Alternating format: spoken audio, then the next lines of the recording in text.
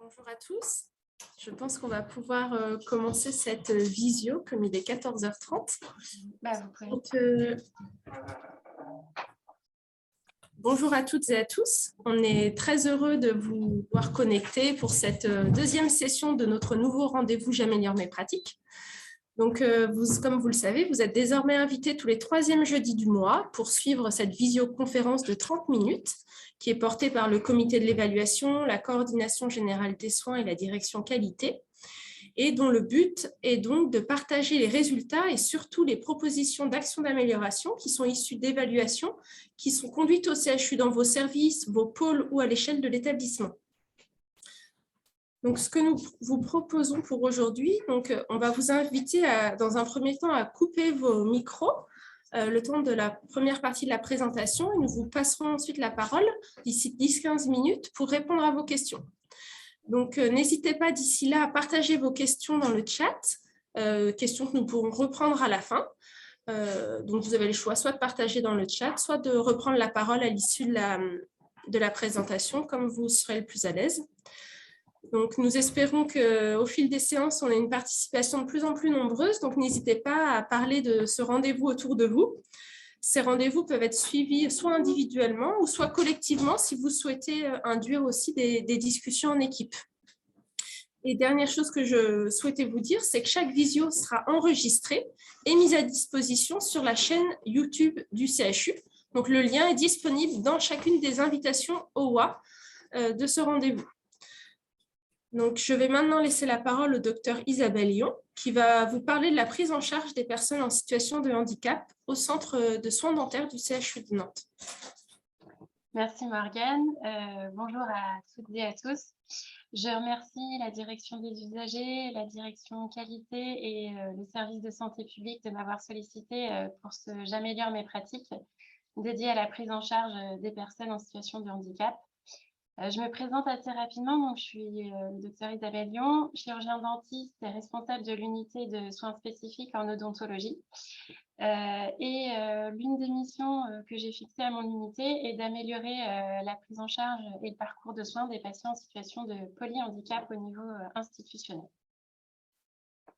Donc, on va reparler tout d'abord de la problématique, mettre un petit peu de contextuel. Il faut savoir que selon les derniers chiffres, 42% des personnes en situation de handicap et qui peuvent l'exprimer déclarent une détérioration de l'accès aux soins ces 10 dernières années. On sait que l'accès au dépistage et à la prévention sont insuffisantes, que cela amène à un état de santé qui se dégrade et que comme le recours aux soins pour cette population est inférieur à l'ensemble de la population générale, on a une rupture du parcours de soins, voire un renoncement. Et je termine par un dernier chiffre qui est le fait que 75% des patients en situation de polyhandicap ou de handicap renoncent à toute ou une partie de leurs soins médicaux, ce qui est un chiffre assez important. Donc, l'objectif du travail que j'ai réalisé avec le Dr Lan et toute son équipe, c'était d'évaluer le parcours de soins des patients en situation de polyhandicap au sein du CHU, dans le but à la fois d'identifier les bonnes pratiques, puisqu'on était persuadés tous qu'il y en avait, mais aussi de trouver des pistes d'amélioration, parce que c'est une partie de nos patients pour lesquels on souhaite faire plus. Et la méthode qu'on a utilisée, c'est la méthode du shadowing. Et pour ce faire, la direction des usagers et le service d'évaluation, accompagné par la commission des usagers, a créé un pool de shadowers qui sont constitués de professionnels dans différents secteurs du CHU, et ces professionnels sont mobilisables en fonction des sollicitations d'évaluation des services. Donc, le principe, je ne sais pas si vous avez quelques connaissances sur le shadowing, c'est une technique qui a pour objet de suivre le parcours de soins d'un patient et de son entourage, de recueillir son vécu au niveau de son parcours, de le suivre comme une ombre, d'où le terme shadow qui veut dire ombre en anglais. En recueillant l'expérience des patients, les impressions de l'entourage, le ressenti du shadower, l'objectif n'est plus d'évaluer les pratiques professionnelles, mais bien de mesurer en fait l'impact de nos soins sur le vécu du parcours de soins de nos patients. Alors, on va parler un petit peu de la méthode qu'on a utilisée pour mon unité. L'objectif a été de recruter 3 patients en situation de polyhandicap avec des profils très différents. Mon premier patient était un patient qui avait déjà été opéré sous anesthésie générale au PTMC il y a quelques mois. Le deuxième patient était bien connu des opérateurs, mais n'avait pas encore eu un parcours de soins au niveau du bloc du PTMC. Et puis, le dernier patient était un nouveau patient au niveau institutionnel, donc il n'était pas très connu des équipes des opérateurs et pas du tout connu au niveau du bloc du PTMC. Pour ce faire, on a donc recruté aussi 3 shadowers, un shadower par patient. Et chaque shadower a pris contact avec le patient et ses responsables légaux pour expliquer un petit peu l'expérimentation que nous allions réaliser et pour recueillir leur consentement. Ensuite, on s'est interrogé sur la section de parcours qu'on allait observer et on a trouvé judicieux de s'intéresser tout d'abord, dans cette première expérience, à l'abord du patient au niveau du CHU, à son passage par l'UQA, et puis on terminera à la fin de cette procédure au début de la sédation profonde au niveau du bloc du PTMC. Ça paraissait déjà assez conséquent puisque ça représentait en moyenne au moins 3 heures d'évaluation par le shadower en continu, avec une source d'information permanente à recueillir. Et voilà, on s'est dit que peut-être dans une prochaine expérimentation, on pourrait s'intéresser à une autre section. Ensuite, il y a une analyse croisée des résultats qui a été réalisée sur les 3 suivis. Et puis, l'objet de cette évaluation, c'était de faire une restitution en équipe, de créer un dialogue entre les équipes et puis de trouver justement ces points d'amélioration, de valider un plan d'action et puis de le mettre en place et d'assurer un suivi. Alors, on est très, très content parce que cette technique de shadowing a révélé vraiment beaucoup de points positifs sur nos pratiques. Tout d'abord, les équipes qui ont participé à ce shadowing parcours ont été perçues par l'entourage, par le patient, par le shadower comme très humaines et très bienveillantes. C'est un point, je pense, très valorisant dans notre travail. Voilà. Là où on avait peur que le shadower soit un petit peu perturbant, puisqu'on était face à des patients en situation de polyhandicap qui sont très facilement perturbables par des nouveautés, le shadower a été plutôt perçu comme un élément distrayant par rapport à tout ce qui est en train de se passer au niveau des soins. Donc, on n'a, nous, pas révélé de perturbation par rapport à cette présence. Et puis enfin, petit écueil, mais à souligner dans les points positifs, c'est qu'on a eu une situation d'urgence vitale à gérer, puisqu'on a une patiente qui a fait une apnée en arrivant en salle d'accueil au PTMC. Et du coup, le retour de l'accompagnant et des autres patients, puisque en salle d'accueil, on a plusieurs autres patients qui étaient en attente, ils n'ont pas du tout semblé perturbés par la gestion de cette urgence vitale. Donc, ça veut dire que toutes les équipes ont réussi à agir dans le calme, mais à réaliser un acte quand même qui pouvait être très important.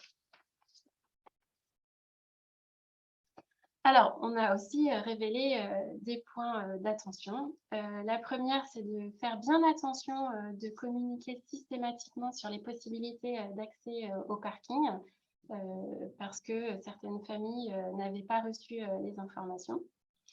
Le deuxième point d'attention, c'est la gestion du temps d'attente autant que possible, parce que c'est vrai que c'est des patients qui peuvent être à l'origine de complications non attendues.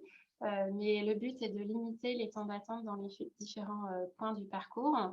Et puis, dernier point d'attention, c'est l'accompagnant, puisque sa présence est essentielle pour obtenir la coopération de ces patients en situation de handicap.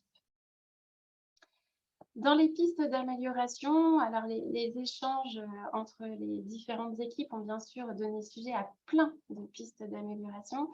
Aujourd'hui, je voudrais en évoquer 2 puisque j'ai que 10 minutes et que ça a été des heures d'échange, n'est-ce pas, Dr. Lan? Et donc, j'aimerais en révéler un que j'aimerais travailler quand les équipes sont prêtes. C'est notamment un appel à J-2 entre les équipes soignantes et les accompagnants. qui pourrait permettre de recueillir les besoins spécifiques du patient au plus proche du temps opératoire et peut-être de mettre en place des choses le jour J de l'intervention pour que le patient ait le moins de sources de stress possible. Le deuxième point qu'on aimerait mettre en place, c'est un espèce de binôme entre un soignant et un accompagnant pour valoriser et pour tasser un petit peu le relais qui pourrait être pris entre l'accompagnant et puis après le soignant au niveau du bloc du PTMC. Et on a envisagé l'idée d'avoir des référents orientés sur des patients en situation de polyhandicap qui pourraient être des relais identifiés pour prendre contact avec ces accompagnants. Donc, dans le plan d'action que nous avons mis en place, je vais vous donner un petit peu quelques exemples de choses qui sont en train d'être travaillées ou qui ont déjà été travaillées et qui parfois même sont en cours de réévaluation. La première, c'est, vous pouvez le voir au travers de la photo de Julien. Alors Julien, c'est un patient qui présente des troubles du spectre autistique. Et le problème, c'est que quand Julien il est pas content ou qu'il est stressé, il va devenir opposant physiquement. Et opposant physiquement, ça va se traduire par peut-être un échec de la sédation sous anesthésie générale. Donc, on a trouvé judicieux avec sa maman de mettre en place une visite blanche de son parcours à Lucas. Et grâce à l'ensemble des équipes, on a pu accueillir Julien avant son intervention, une semaine avant son intervention, au secrétariat de Lucas. Là, on a pu se diriger vers un box qui lui était réservé avec un brancard et une tenue pour se changer. Donc, on l'a laissé se changer avec sa maman. Et puis, toujours avec la présence de sa maman, on l'a accompagné jusqu'à la salle d'accueil du bloc du PTMC. Là, on a joué le jeu comme on l'aurait fait le jour J. On a demandé à sa maman de rester à nous attendre à l'accueil du PTMC. Et on est parti avec Julien dans un bloc qui nous avait été libéré pour permettre de commencer à mettre en place tout ce qu'on fait lors d'un bloc opératoire. Donc, on l'a scopé, on lui a posé ses électrodes, on a posé le brassard, on a posé le garrot, on a commencé à lui montrer les aiguilles pour poser les voies. On lui a même fait sentir sur la peau la pose, ce que pouvait faire une pose de voix. Et là, on s'est dit, peut-être qu'on est trop ambitieuse, trop positive, parce que Julien est devenu très, très opposant. Il a commencé à nous repousser. On a été vraiment dans une situation complexe. Et il y a même un moment, j'ai dit à l'équipe, on arrête, parce que là, je sentais que la tension commençait à monter chez Julien. Donc, on a fait tout un petit séquençage de ces parcours de cette visée blanche. Et puis, donc, Julien est remonté avec sa maman dans la zone de Lucas. Et donc, il est reparti avec ses petits photos séquençage et ses électrodes. Et on s'est dit, on va voir ce que ça donne le jour J. Et le jour J, ça a été, vous voyez mon sourire, quelque chose d'extraordinaire parce que en fait, Julien a été extrêmement calme. Même les équipes anesthésistes nous ont félicité en disant, mais travailler dans ces conditions, c'est vraiment très positif. Donc, comme quoi, en s'attelant au vécu du patient et en essayant d'améliorer nos pratiques, non seulement on améliore le vécu du patient, mais on améliore aussi notre qualité de travail. Donc, c'était un élément vraiment très, très positif dans le plan d'action. Après, on a des mises en place qui ont été beaucoup plus matérielles, comme par exemple la présence d'un brancard dès Lucas, pour ne pas avoir à faire de transfert sur la zone du PTMC. Ça permet à des patients qui devenaient opposants au moment de l'arrivée à l'accueil du PTMC de ne pas avoir à faire ce transfert. Et donc, parfois, ils arrivent endormis avec leur prémédication et hop, on a juste à filer au bloc. Et là-dessus, il y a une première réévaluation qui est faite puisque les barrières de nos brancards ne sont pas assez longues. Il y a un point de sécurité qui a été révélé par les équipes. Et donc, vendredi prochain, réévaluation de notre pratique, on va emprunter un brancard des urgences. Donc, vous voyez, on est sur un travail qui est très transversal. Et grâce à eux, on va pouvoir tester un brancard qui est un petit peu élargi, donc confortable pour ces patients-là, mais qui, je l'espère, va être un petit peu plus sécurisante en cas de patients devenant légèrement opposants. Voilà, et puis on a abordé aussi l'idée d'un casque anti-bruit pour limiter les facteurs de stress, la présence d'objets de massage. Enfin voilà, les équipes sont pleines d'idées et j'espère que ça va continuer et qu'on va pouvoir tester et mettre tout ça en place. Donc, en conclusion, voilà, j'ai eu la chance de participer à cette expérience et je remercie toutes les équipes. Mais je me suis aperçue que le shadowing n'était pas seulement quelque chose qui était propre à mon exercice, mais ça a révélé ses bienfaits globaux sur le recueil du recueil de l'expérience des patients et de leurs accompagnants. On sait que souvent les parcours de soins se constituent de la qualité de nos actes techniques, mais je pense que le vécu participe pleinement à la qualité du parcours de soins qu'on effectue et surtout pour ces patients à besoins très spécifiques. Et donc, j'espère pouvoir continuer cette expérimentation. Voilà, je vous remercie pour votre attention. Je remercie toutes les équipes pour l'investissement qu'elles ont auprès de mes patients parce que moi, je constate depuis 10 ans un peu l'inverse, c'est-à-dire que je trouve que les gens sont de plus en plus investis et donc ça donne une très belle dynamique. Voilà, et puis je suis à votre disposition si vous avez des questions. Merci.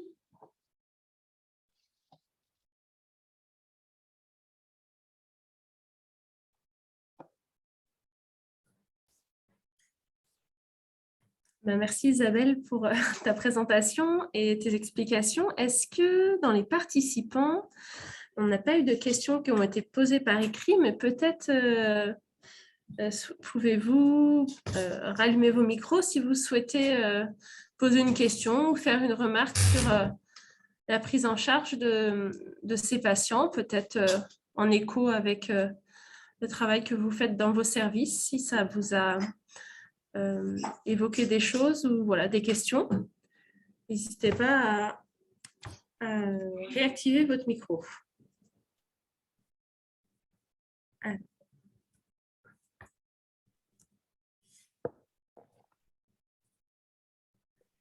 Si ce n'est pas le cas, juste en attendant que les questions, Isabelle, est-ce que tu as pu réfléchir, je ne sais pas, qu'est-ce qui serait transposable selon toi dans ce travail-là à d'autres services, enfin, qu'est-ce qu'on pourrait retenir et qui serait un peu transversal à toute prise en charge de patients en situation de handicap, quel que soit le service, comment on pourrait réinvestir ton travail, mais à une échelle plus large au niveau de l'établissement?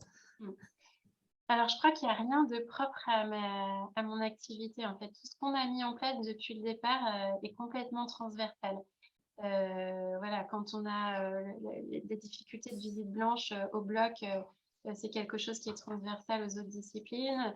Quand on parle de séquençage de parcours de soins, d'un casque anti-bruit, tout ça peut vraiment être exploité au niveau des autres disciplines et je pense même en termes d'hospice conventionnel. Là, on parle de l'UQA parce que moi, j'ai une activité normalement qui se cantonne à l'UQA, mais je pense qu'on est vraiment sur un projet, quand je parle d'un projet institutionnel, c'est que j'espère que mes collègues pourront utiliser tout ce qu'on est en train de mettre en place. Donc, je dirais que voilà. Oui, on peut donner la parole au docteur Mercier qui lève la main. Oui, bonjour. Merci beaucoup pour ce retour. Nous, on en a déjà parlé, hein, beaucoup de patients donc, dans le service de génétique qui ont un trouble du neurodéveloppement, notamment un trouble du spectre de l'autisme ou des troubles du comportement, en tout cas qui ne facilitent pas la prise en charge et pour lesquels voilà, notre enfant ou les adultes d'ailleurs peuvent avoir une appréhension. Voilà, est-ce qu'on pourrait mettre en place des choses nous, on a souvent recours à une prise de sang hein, et qui peut parfois être délicate. Les puéricultrices, parce que c'est souvent chez les enfants, ont bien l'habitude aussi de ces patients, mais il y a peut-être des choses qu'on pourrait améliorer. Et aussi, par rapport au casque anti-bruit, je pensais aux IRM cérébrales quand on a besoin d'en prescrire pour des enfants qui peuvent déjà avoir une hypersensibilité au bruit. C'est vrai que ça serait peut-être intéressant aussi, voilà, de pouvoir, ça revient un peu à la question précédente, hein, comment profiter de ce que vous avez mis en place. Je pense qu'on est en train de lancer un projet avec le service de communication sur un séquençage en fait sur les différentes étapes du parcours de soins. J'espère que ça va être un projet transversal, peut-être quelque chose qu'on commence au niveau de notre unité, mais qui va être transposable là aussi une fois que le pli sera pris. Et l'intérêt du séquençage pour un patient qui présente des troubles du spectre autistique, c'est qu'on va construire marche par marche. Chaque marche étant validée pour en créer une autre. Parfois, introduire aussi le patient au centre de ce séquençage. Donc, on va faire des photos des étapes, des photos où on va pouvoir introduire éventuellement la tête du patient pour dire, toi, tu vois, tu vas faire ça à cette étape-là, puis tu vas faire ça à cette étape-là. Et puis, les réaliser au fur et à mesure avec lui. J'espère que ce sera aussi un projet qu'on va pouvoir peut-être réintroduire sur un logiciel qui s'appelle Auticiel. Je ne sais pas si vous connaissez, mais qui est un logiciel qui permet d'introduire ces séquences dans sa vie quotidienne, c'est-à-dire qu'il va ramener ces images à la maison et les travailler avec son entourage, avec sa famille, avec les personnes peut-être de son foyer. Voilà. Je pense qu'on est juste au démarrage et j'espère que le travail qu'on va faire au fur et à mesure va pouvoir vraiment profiter à l'ensemble de nos services. En tout cas, c'est super. Merci.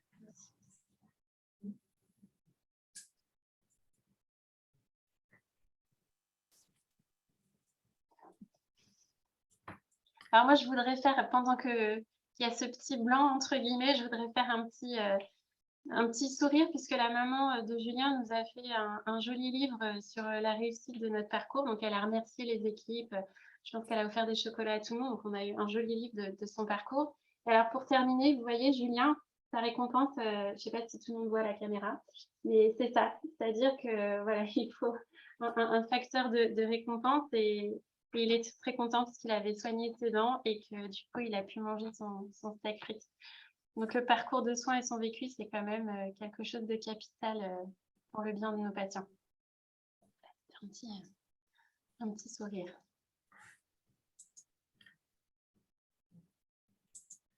C'est chouette comme...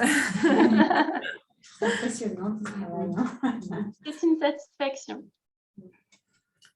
Ça donne envie de continuer pour développer... Ah, Madame Méhu qui...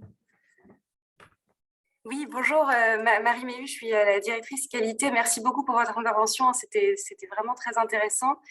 Moi, je me demandais comment se faisait la coordination et l'anticipation auprès de tous les professionnels qui participent à la prise en charge le jour J, notamment avec les équipes du bloc. Est-ce que vous les rencontriez avant, vous leur expliquez le profil spécifique du patient et le fait qu'il sera accompagné éventuellement ou qu'il y a des biais pour détourner son attention, etc. Et puis surtout, est-ce que c'est difficile ou est-ce que c'est plutôt fluide? Est-ce que vous avez des interlocuteurs spécifiques au bloc, etc.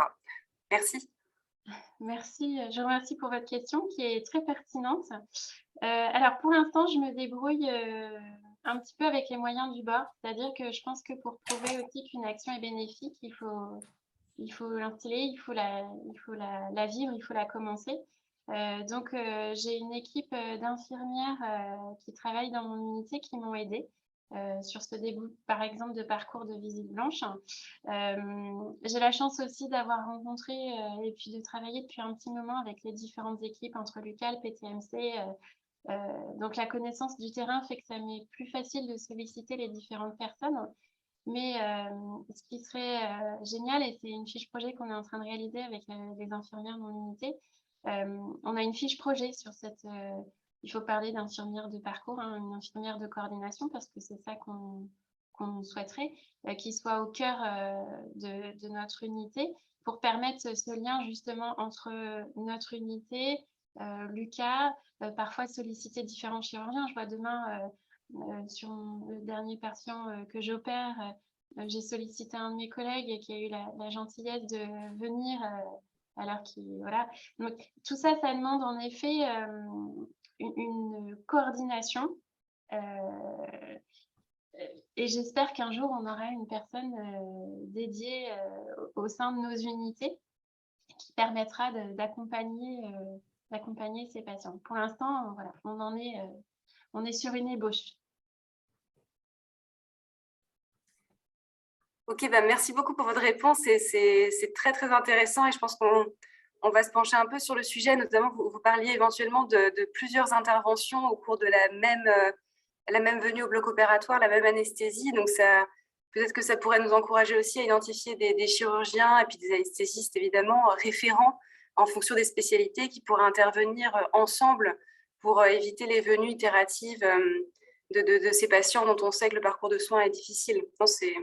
C'est une thématique passionnante en tout cas. Et on essaiera de vous aider si on peut. Merci, je vous remercie.